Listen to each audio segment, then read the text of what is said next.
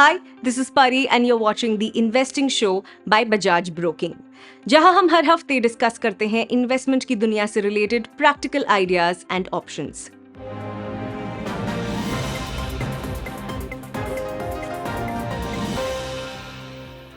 तो आज के वीडियो में हम बात करेंगे 3 डिफरेंट टाइप्स ऑफ स्टॉक्स के बारे में, जो कि है लार्ज कैप, मिड कैप और स्मॉल कैप स्टॉक्स। वैसे तो इंडिया में स्टॉक्स को ज्यादातर इन 6 पैरामीटर्स पर क्लासिफाई किया गया है: market capitalization, ownership, dividend payment, risk, industry volatility और कंपनी के फंडामेंटल्स। पर इनमें से मार्केट सबसे ज्यादा वेटेज देती है मार्केट कैपिटलाइजेशन को। मार्केट कैपिटलाइजेशन मतलब कि उस कंपनी की मार्केट में वैल्यू कितनी है। तो अगर हम कंपनी के शेयर प्राइस को नंबर ऑफ आउटस्टैंडिंग शेयर से मल्टीप्लाई करते हैं तो हमें उस कंपनी की मार्केट वैल्यू मिल जाएगी।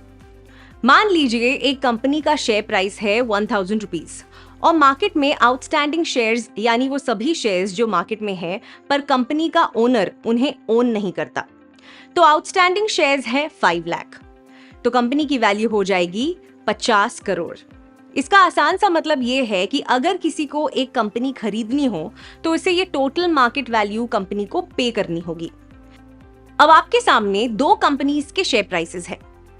कंपनी के शेयर प्राइस को देखकर कोई भी बोल देगा कि किर्लोस्कर आईटीसी से ज्यादा बड़ी कंपनी है, पर ऐसा नहीं है। क्यों? ये जानने के लिए हमारे साथ एंड तक जरूर बने रहें। आईटीसी का मार्केट कैपिटलाइजेशन 5 लाख करोड़ है, जबकि किर्लोस्कर का 4500 करोड़ के आसपास है। तो इसलिए आईटीसी है एक लार्ज कैप कंपनी और किर्लोस्कर है एक small cap company.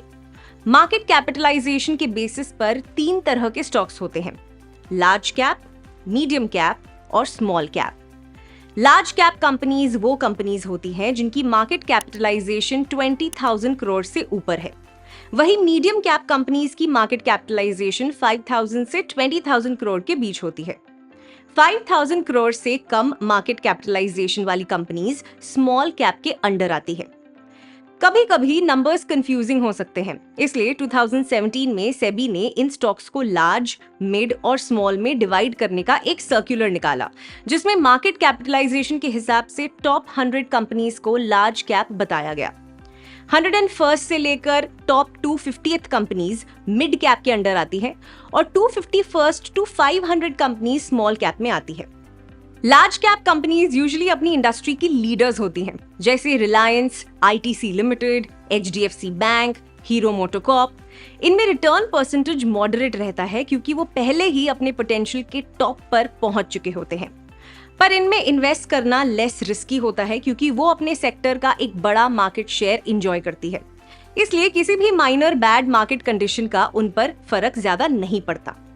Long term investors के लिए लार्ज कैप एक बढ़िया ऑप्शन है, पर अगर आप एक नए इन्वेस्टर हैं जिसका इन्वेस्टमेंट फंड कम है तो लार्ज कैप आपके लिए बेस्ट पॉसिबल ऑप्शन नहीं है। ऐसे में आप मिड कैप कंपनीज में इन्वेस्ट कर सकते हैं।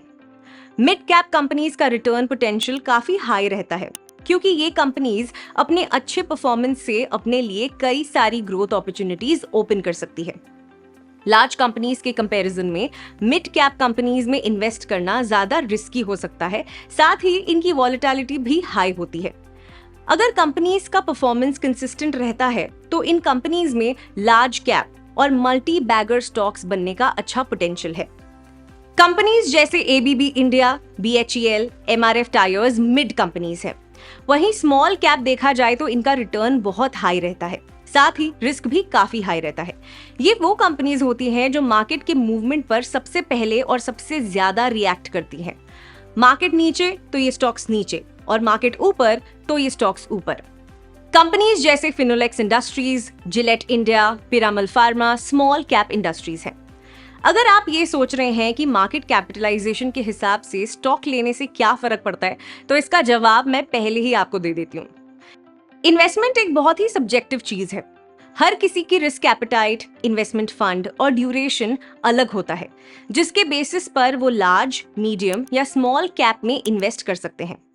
म्यूचुअल फंड एक्सपर्ट्स भी अपना पोर्टफोलियो डाइवर्सिफाई करने के लिए अलग अलग कैप की कंपनीज में इन्वेस्ट कर सकते हैं। किसी भी कंपनी के मार्केट कैप की जानकारी मार्केट में आसानी से मिल जाती है, तो निवेशकों को कंपनी की स्टेबिलिटी, डिविडेंड पे करने की क्षमता, फ्यूचर पोटेंशियल का अंदाजा लगाने में भी आसानी होती है। लेकिन ध्यान रहे, सिर्फ मार्केट कैपिटलाइजेशन के आधार पर इन्वेस्ट ना करें। ये एक स्टार्टिंग पॉइंट जरूर बन सकता है, पर अपने स्टॉक्स चुनने के बाद अच्छे से जांच पड़ताल करके ही इन्वेस्ट करें। आपको हमारा आज का वीडियो कैसा लगा ये कमेंट सेक्शन में जरूर बताना, and do not forget to subscribe to our channel. मैं मिलूंगी आपको द इन्वेस्टिंग शो के नेक्स्ट एपिसोड में। तब तक take care and happy investing. Investments in the securities market are subject to market risk. Read all related documents carefully before investing.